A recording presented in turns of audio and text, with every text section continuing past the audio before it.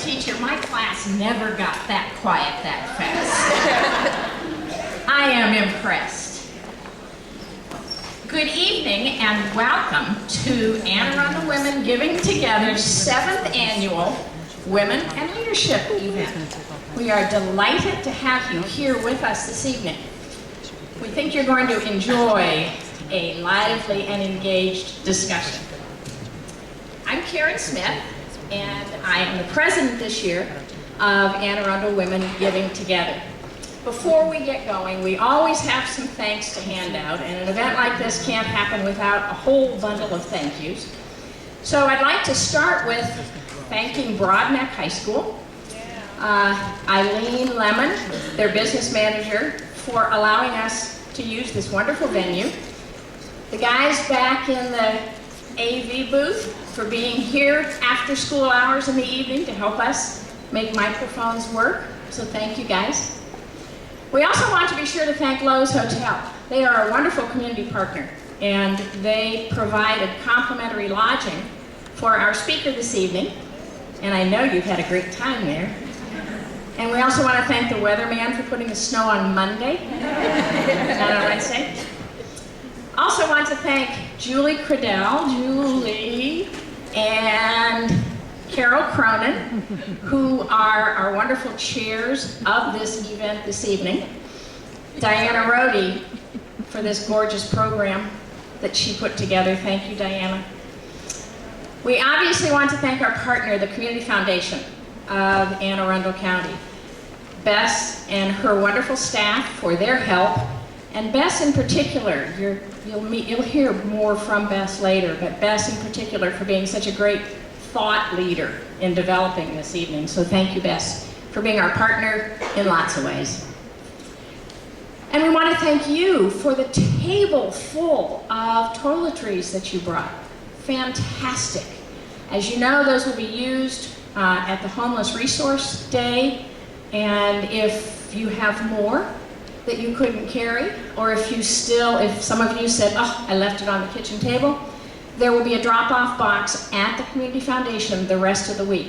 So feel free to drop those off. But thank you for that overwhelming show of support. And finally, we have to give a huge shout out tonight to Lori Sharp, our very own Lori Sharp, who so wishes that she could be here tonight. Now, Lori's passionate vision and leadership guides so much that we do at Anne Arundel Women Giving Together. And most particularly tonight, she was very instrumental in imagining this whole thing and helping us to bring it to fruition. But more importantly, Lori.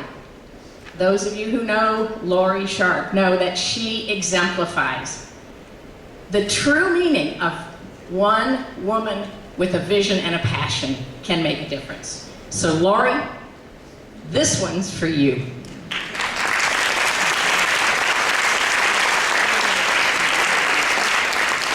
And so now on to tonight's program. Some of you are saying, Anne Arundel Women Giving Together. There are people here with little circles on their lapels that say that.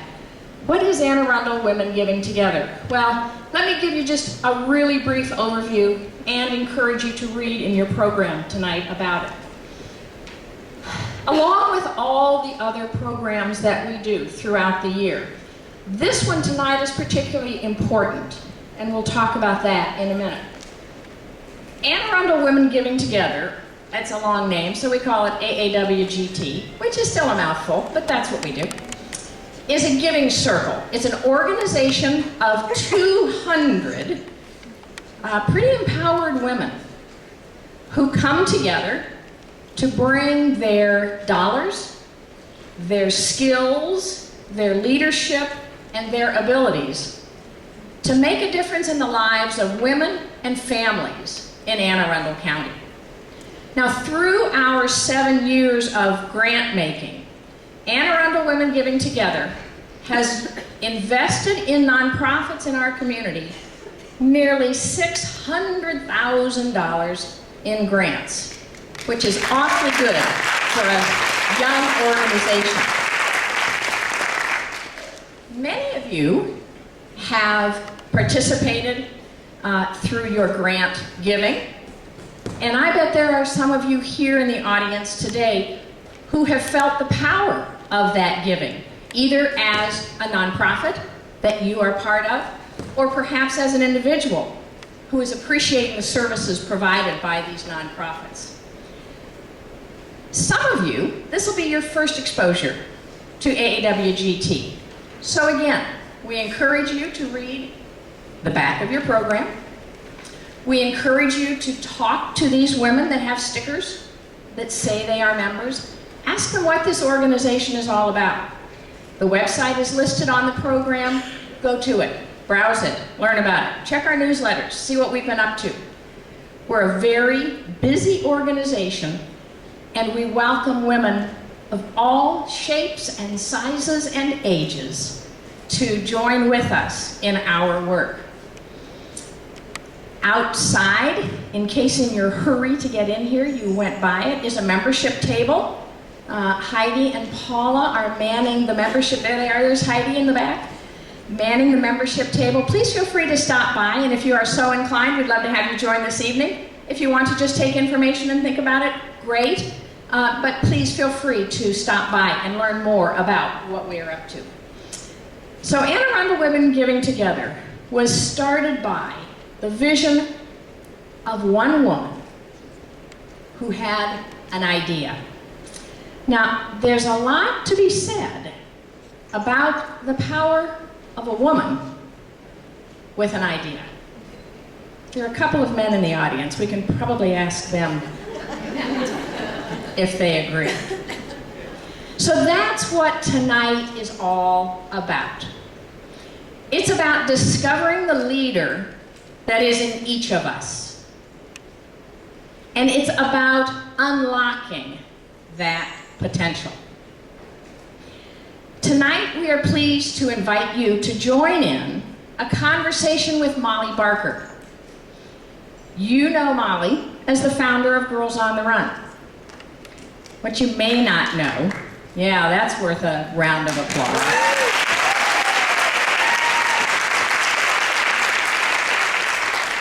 But what you may not know is her incredible story of finding the leader within her. And that personal journey is what we invite you to be part of this evening. So let me introduce two amazing women who are going to take the program from here. First, Bess, come on up.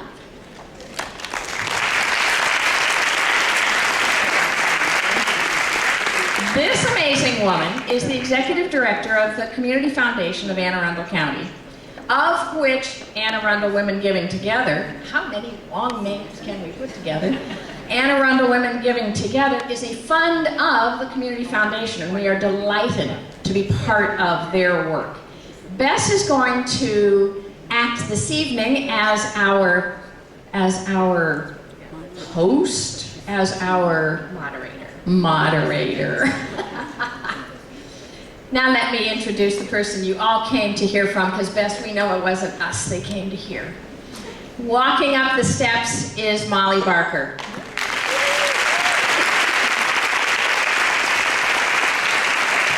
Molly is an amazing woman. I know you're going to enjoy hearing from her, so I'm handing the microphone off to Molly. Thank you. Before you leave the stage, there's one more thank you in order, and that is to you for your inspired leadership. You inspire all of us every day in your actions and your words and your enthusiasm for the Giving Circle, and you have put so much into this event, and we're all so lucky to know you and work with you, so thank you.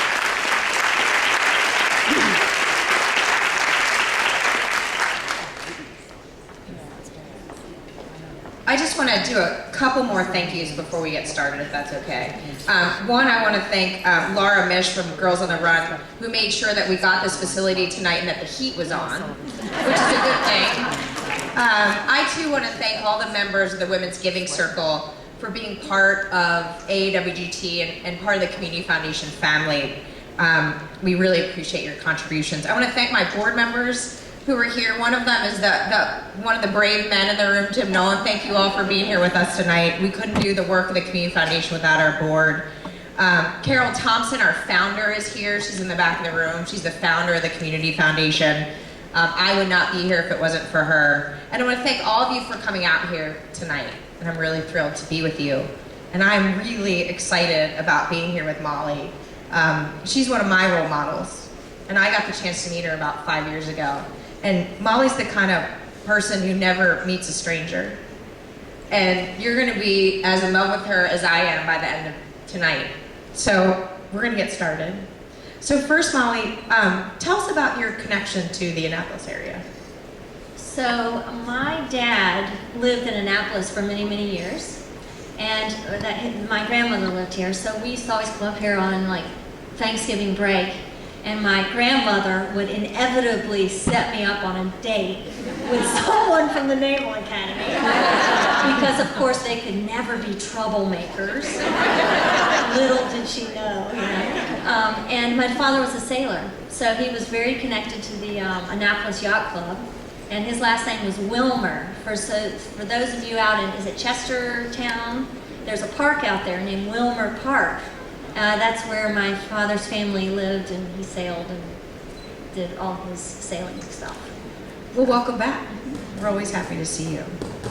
So Molly, we see you today as the founder of Girls on the Run, an absolutely incredible organization, nonprofit, that's grown from 13 girls to over 130,000 girls across the country. Yeah.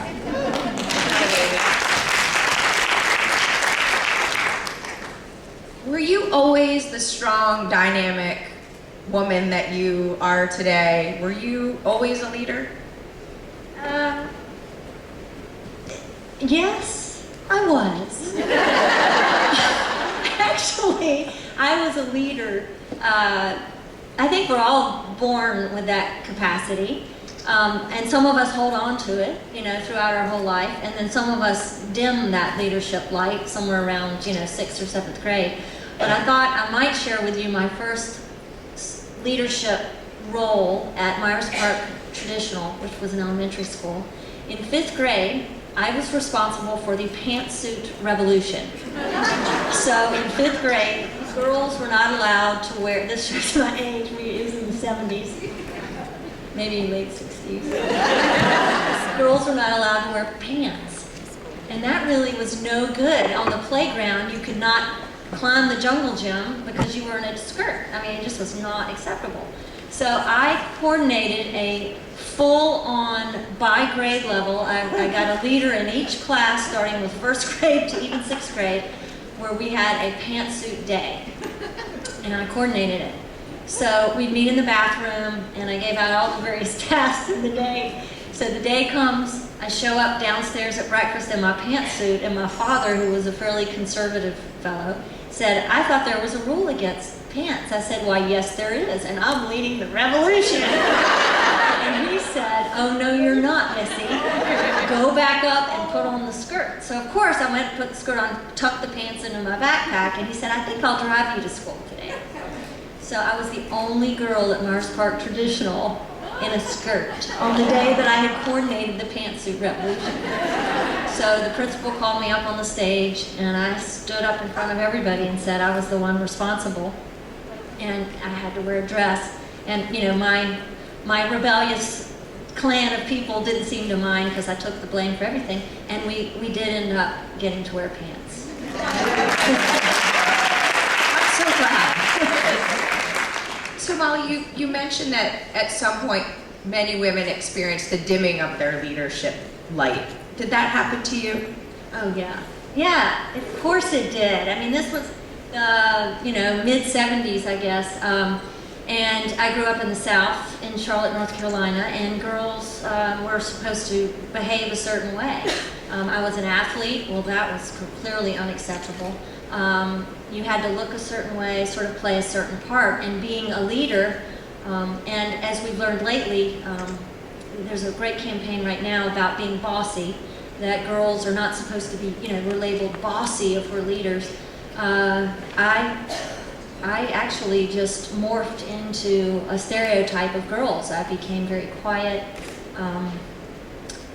I just changed, and it was around middle school when that occurred. So, and you know, we still see it today. Sadly, I think a lot of girls conform, whether that's in how they sort of present themselves physically, or even in relationships with guys, school, academics. You know, girls begin to sort of go inward around middle school.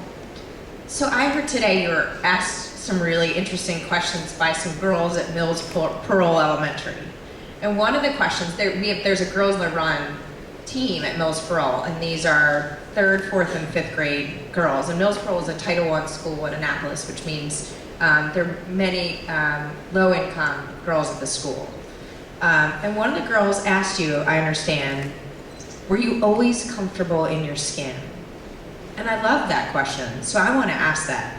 Were you always comfortable in your skin? No. Hello, femalehood.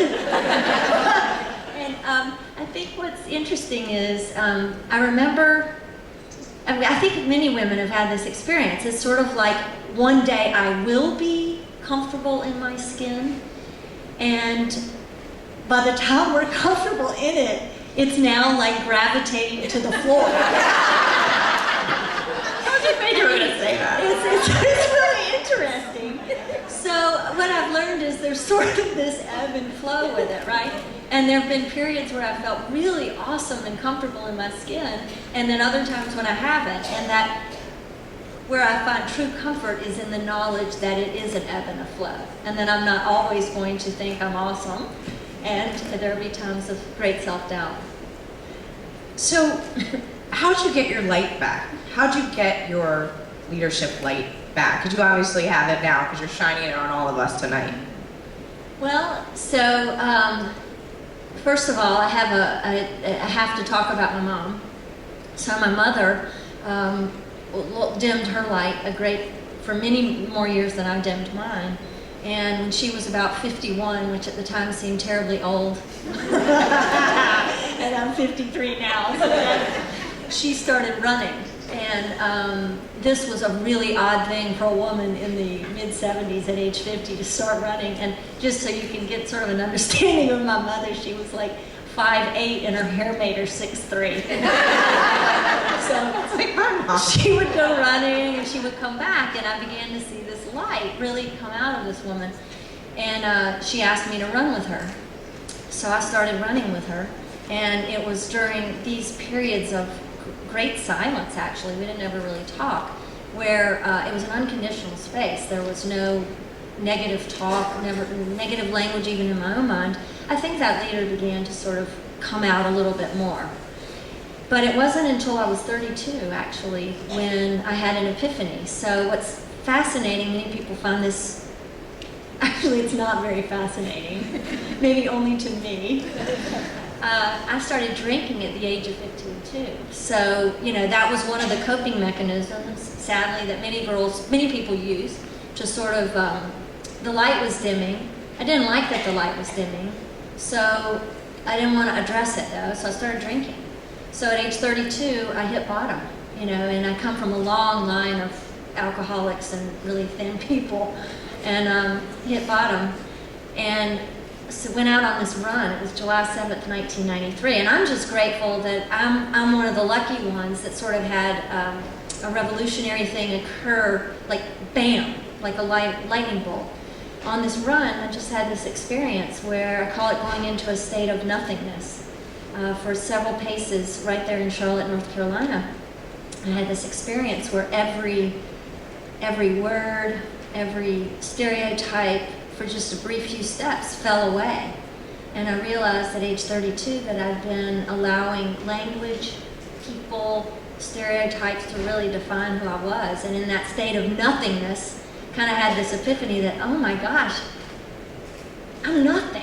Like, I'm no thing. How awesome is that? Because now I can create what I want to be. And so came through. 3 years later, started Girls on the Run, giving girls the tools to recognize that they are the masters of their own story too, and that we can choose the words. what part of female is going to empower me? Am I going to choose the parts that would demean me or the parts that empower me? The parts that empower me, of course. So it was at that time that I wouldn't even say that I'd come to realize I was a leader. I just knew that once one has touched our greatness, you cannot go backwards. It's impossible.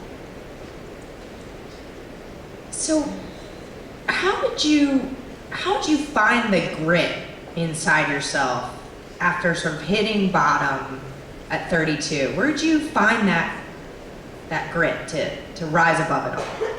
And you know, that's interesting that you call it that. Maybe from an outside view, it looks like grit.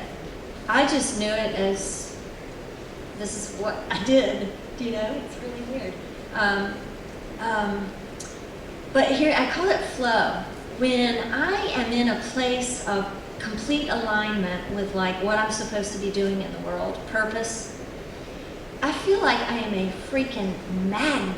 Like literally things come flying at me.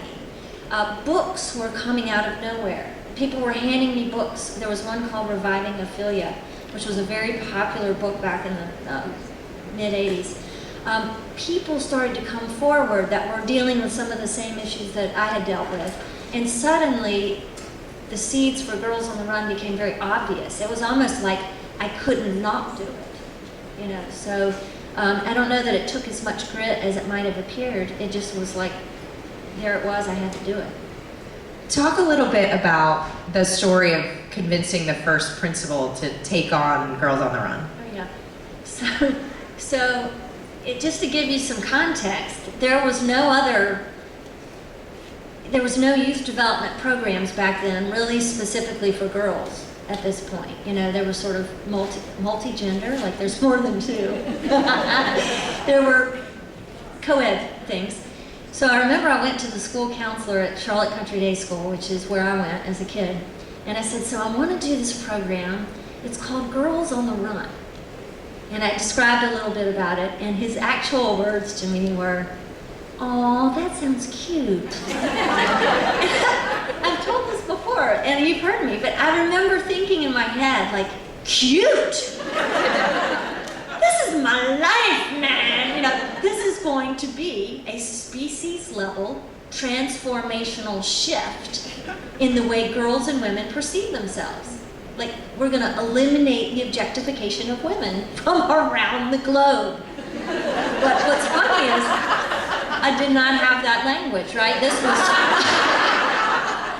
I mean, I didn't have it, I didn't know it. And so the immediate thing, which I'm a little embarrassed to admit, I was age, 35 or something, and I just went right back into that knowledge I knew, which was something like this.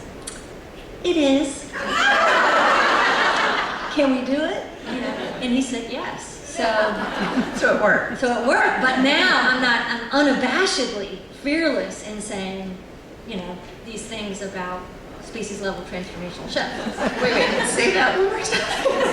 It's actually, there was a book written about this, okay. That it's truly, you know, transformative programs create you see it in animals, a species level, that would be us, humans, transformational shift. So we begin to actually behave and think in a way that those that maybe came earlier weren't even aware of. Thank you for teaching us about that. Did you ever imagine that Girls on the Run would get as big as it is today? Was that part of your vision? No. If I had known what it was going to be when I started it, well, I would have felt like I had to do it, right? But I would have been far more fearful because I am not I could get very emotional. I am not a strategic sort of thinker. I'm a big picture thinker. And, you know, if we talk about leadership, there's so many different forms of leadership. I mean, there's so many different things leaders do. But what I believe leaders do is bring their greatest gifts forward. So my leadership was in big picture thinking. So I do remember once my son in the baby jogger, and I had this sort of vision of being on Oprah.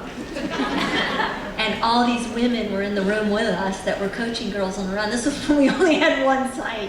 But you know, I thought, wow, that would be cool. We'd have a lot of women from all over coaching, and Oprah would be there. So, you know, I did kind of wonder. Did you get an interview with Oprah? I went on a speaking tour with Oprah, which was really amazing. But I was never on the show. Not yet. No, well, Not yet. And it used to be really important. It's less so now. You know, I mean, it's like, you know. So you mentioned that you're a big picture person and that strategy wasn't your strength. Wasn't one of your strengths, but you brought a lot of natural skills and habits. You brought the essence of Molly to Girls on the Run. And what do you think are the greatest strengths that you've brought to it and continue to bring to other things that you're doing? So I'm just going to be honest. I am certainly aware that I possess a certain sort of charisma. My mother used to call it mischief. And for the longest time, I used to like try to dim that. Like it was a little bit frightening to me. You know, I'd be on in a room and I would find myself naturally, just heartfully driven to talk to every person in the room. Like I wanted to know your story, I wanted to understand you, tell me about your, you know. And that has been one of the greatest gifts that I've been able to bring to Girls on the Run. I am fearless in wanting to know people and know your story. And it is that connection that I feel like is so lacking, especially today with technology. You know, our little kids no longer even know how to interact much anymore.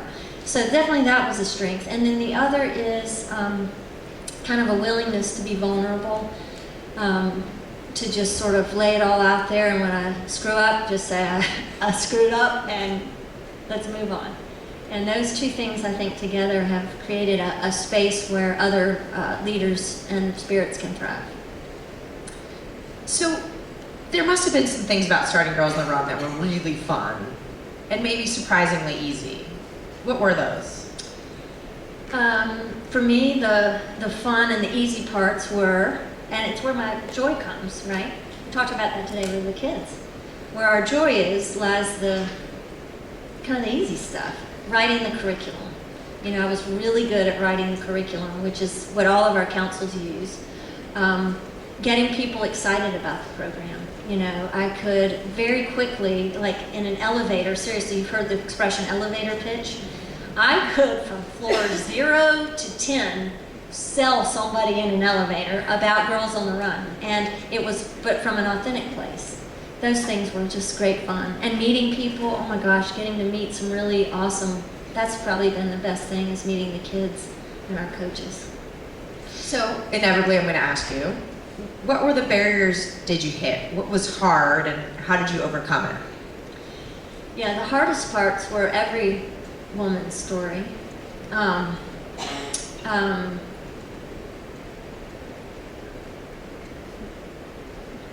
a single mom. Questioning whether I might be, and sometimes neglecting my own kids. Wondering if my own, it really does come down to mostly that issue.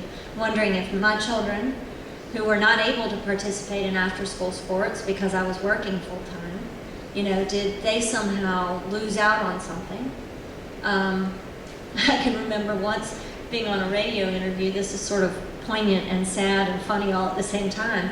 I was on a taped radio interview, and taped is the important word here. And I was in my room on the interview, and I had put a note on my door, my bedroom door, that said, "Y'all please leave me alone, the kids, I'm in an interview." And my daughter slipped a note under the door and said, I forget, she needed something. And I wrote back while I'm on the interview, "I'll be with you in a minute." And I slipped it back out. She slipped it back in. "No, I need you now." I slipped it back out. So finally she just opens the door. I'm on an interview, guys, and she goes, "Ma, you love that Girls on the Run more than you love your own children." And I'm on the interview. And I went, you back. And I called her back, and that was one of the best interviews because it was about, it was of all things about balance. But I do have to tell you, what's been really the blessing is seeing how my own children have incorporated. So for those of you that have little kids, my kids are two of the awesomest people on the planet because they've incorporated everything I'm about into their own lives. My son is an entrepreneur, and my daughter declared last week that she is a feminist at age 15. So it's been awesome. That's great. Yeah. That's great. What do you think your kids would say about you and your leadership? I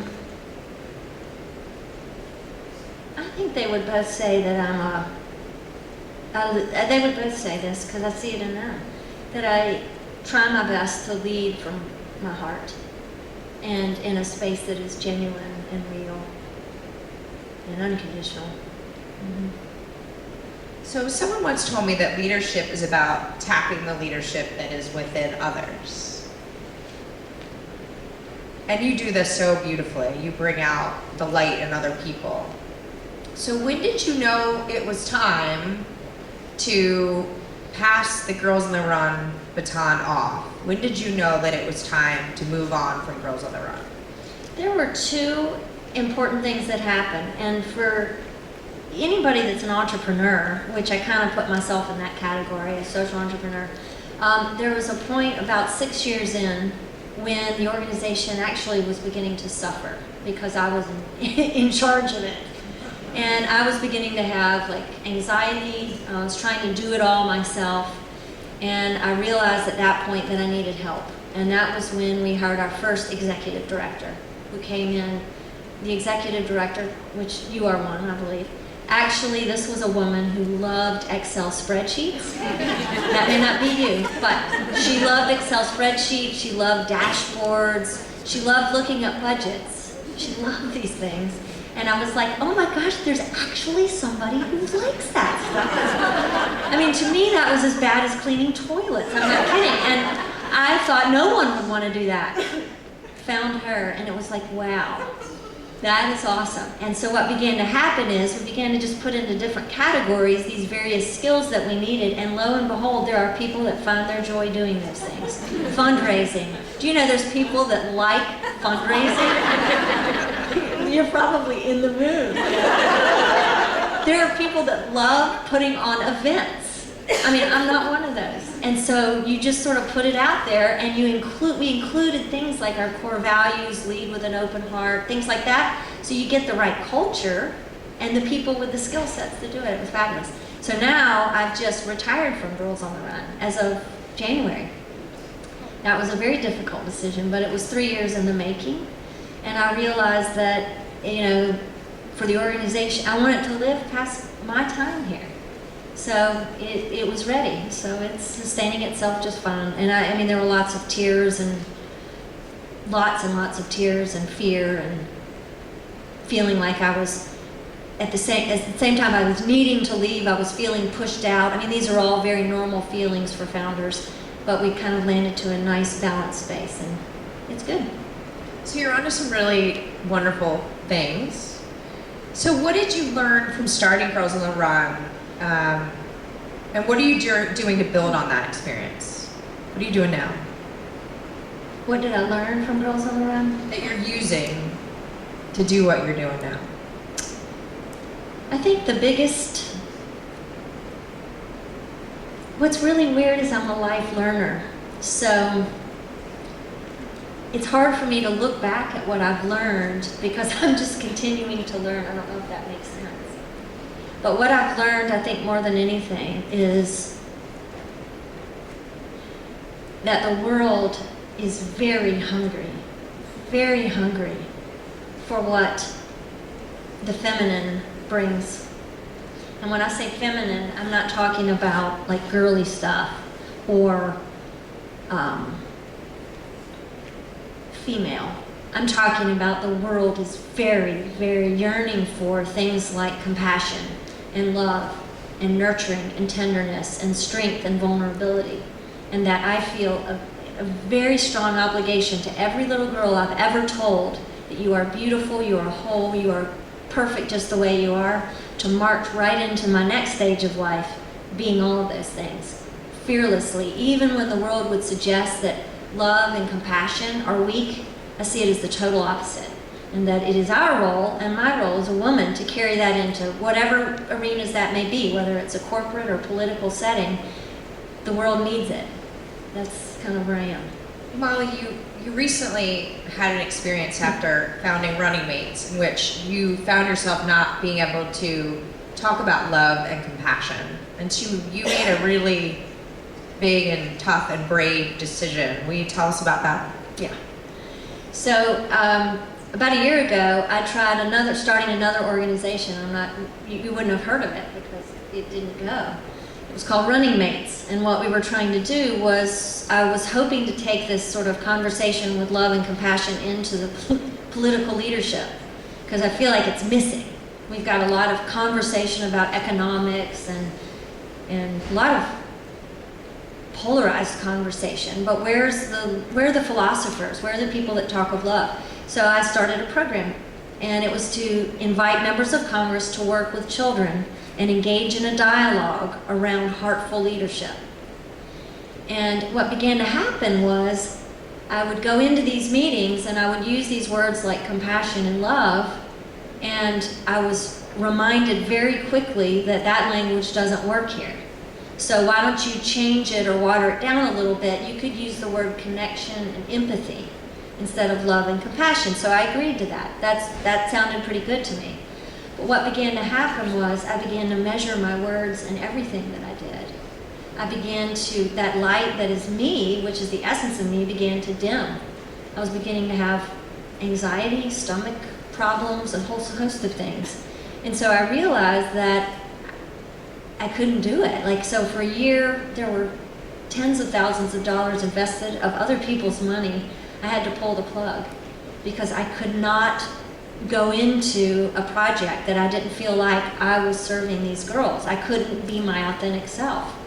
And so we pulled the plug as short as only 2 weeks ago. So my goal was to come here and talk to you about this new program, but I can't do it because it wasn't genuine to who I am as a leader. It was not fully utilizing the leadership that I bring to the world. It's so hard to end something that you started, that you had a vision for, and that you poured your heart and soul in. And I really feel like leaders, there's so much joy in leadership, but there's also so much risk. And I want to know how you manage those risks. That manage the fact that you're constantly putting yourself out there. I'm not a good person to ask that question because I'm not a good person to ask because I see no risk. I just don't see it. It's like, go for it. And I think that's what was terrifying these congressionals. I'd be sitting with them and I'd be like, oh my gosh, so we're going to have you do a 5K with a kid. Won't that be fun? We'll put you in an Abe hat and an Abe beard. These congressional members, and they're like, oh no, you're not. I'm not doing a race with an Abe beard or, color antenna and stuff. I mean, this is to be fun for the kids. I just don't see risk. So, I'm not a good person to ask. That's why I'm not a good executive director. And that's why I'm a great founder, and that's why I needed to move on from Girls on the Run, because as big as it is, I can be a risk to the organization if I speak too boldly and all that. So it's been very freeing, actually, to go out and be able to be me. Do you feel like your leadership style will change as a result of what happened with Running Mates? Yes. I think it's actually gotten more risky, more liberated, more audacious, more fearless, because I cannot tell you how strongly I feel about the language of leadership and what's lacking there. I just looked at the culture of fear. Some of you, I'm sure, are part of the DC world. It is completely fearful. this in leadership, think about all the amazing corporations, we all go to work every day. What would happen if the culture of all of our workplaces were places where people can actually thrive? Think about that. Like, oh my God, I'm going to work today. Awesome. I just don't know why is it like that? You know? So if we get people in leadership positions where they go into work and they're like, not only am I working, but I'm also thriving here, I think it's worth a shot. I like it. I feel that way every day. Yeah. Yeah. So we just have a few more questions and then we're going to open it up to all of you because I know that you probably have some burning questions for Molly too, and I probably monopolized too much of your time. But just a few more questions. What has surprised you most about being a leader?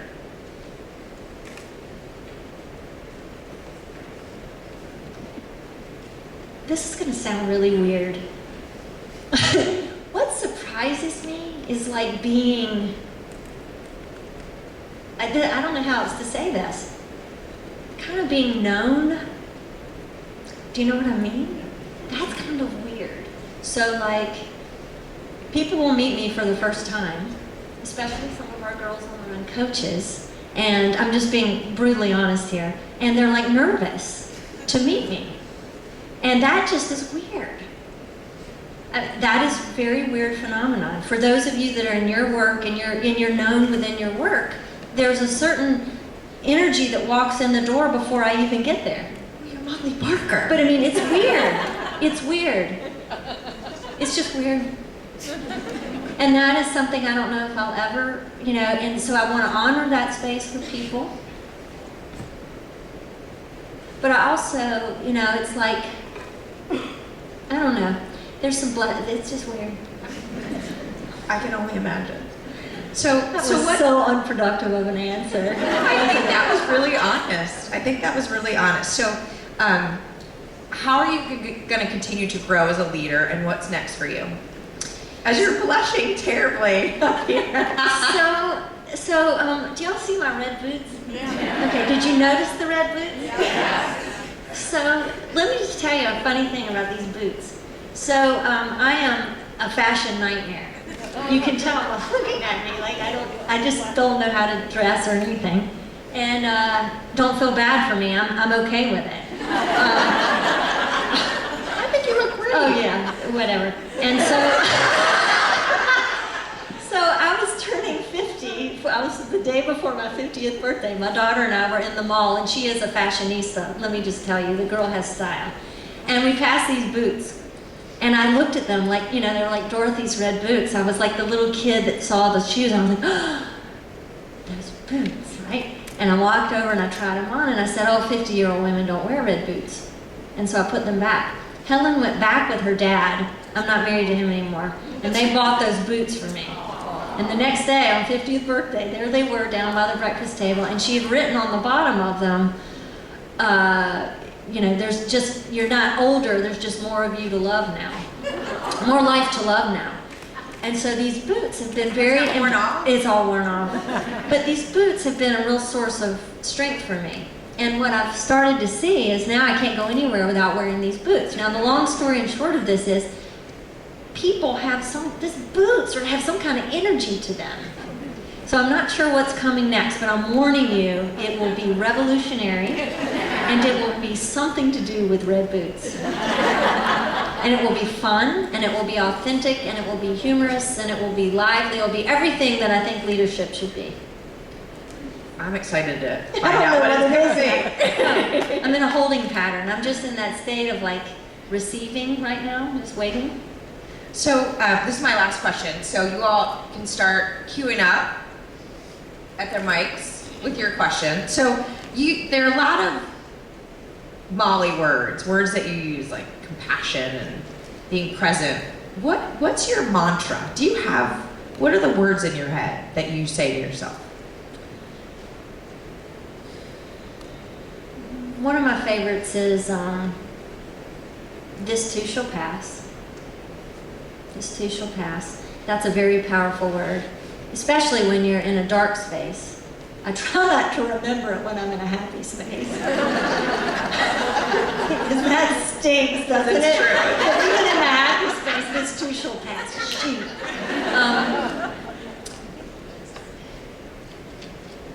You know, I don't have any words in particular. I do know that one of the little girls to me asked, so what's it feel like when you're at Girls on the Run? You know, what's it feel like to have started that?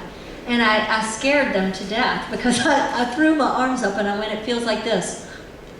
Yeah, and that's more kind of, you know, that's how it feels. So when I'm kind of down or something, I think I physically sort of fake it till I make it. You know, I force myself into that.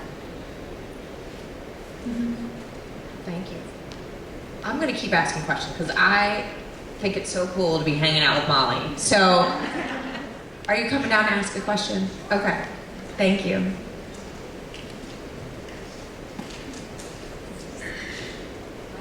I'd like to hear what your parents thought of Girls on the Run, and if your father came around from the 5th grade, go back up and change your clothing. Oh, that's a great question. Could everybody hear that? So What her did my question was, parents- what did your parents think when you founded Girls on the Run? And what did your dad What did my dad think? think Yeah. who asked you to go change into your skirt? Yeah. So here's kind of the sad part. My father died early. So I was 22 when he passed away. He had a brain tumor. So